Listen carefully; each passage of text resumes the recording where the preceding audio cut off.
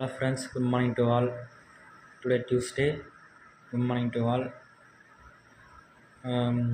Today morning wife வந்து என்ன சமைச்சிருக்காங்க பார்த்தீங்கன்னா, நேற்று வரைக்கும் சொல்லிட்டு இருந்தாங்க மார்னிங் சமைக்கிறது வெஜிடபிள்ஸ் நீங்கள் எதாவது வாங்கிட்டு வாங்க அப்படின்னு சொல்லிட்டு.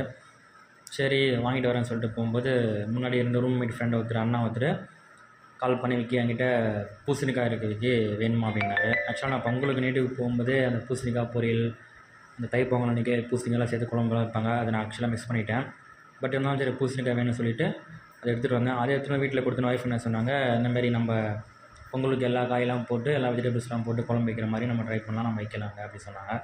சரி ஓகே அதுக்கு என்னென்ன தேவைன்னு சொல்லிட்டு நானும் கடைக்கு போயிட்டு ஆக்சுவலாக நம்மக்கிட்ட பூசணிக்காய் மட்டும் தான் இருந்தது.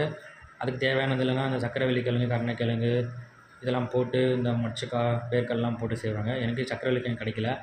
மீதி இருந்த கருணைக்கிழங்கு இருக்குது, பூசணிக்காய் போட்டிருக்கு, வேர்க்கடலை போட்டிருக்கு, உருளைக்கிழங்கு இதெல்லாம் போட்டு சும்மா ஸ்பைஸியாக அழகாக காலை செஞ்சுட்டு குழம்பு வச்சுட்டு போயிருக்காங்க ஒய்ஃப் வேலைக்கு. அது மட்டும் இல்லாமல் நான் ரெகுலராக எடுத்துக்கிற ஆஃப் ஆயில் ஆம்லேட்டும் இப்போ இங்கே இருக்குது.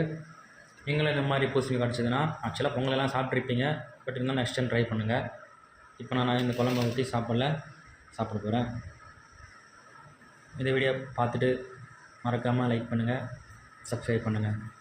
Thank you tears, bye bye.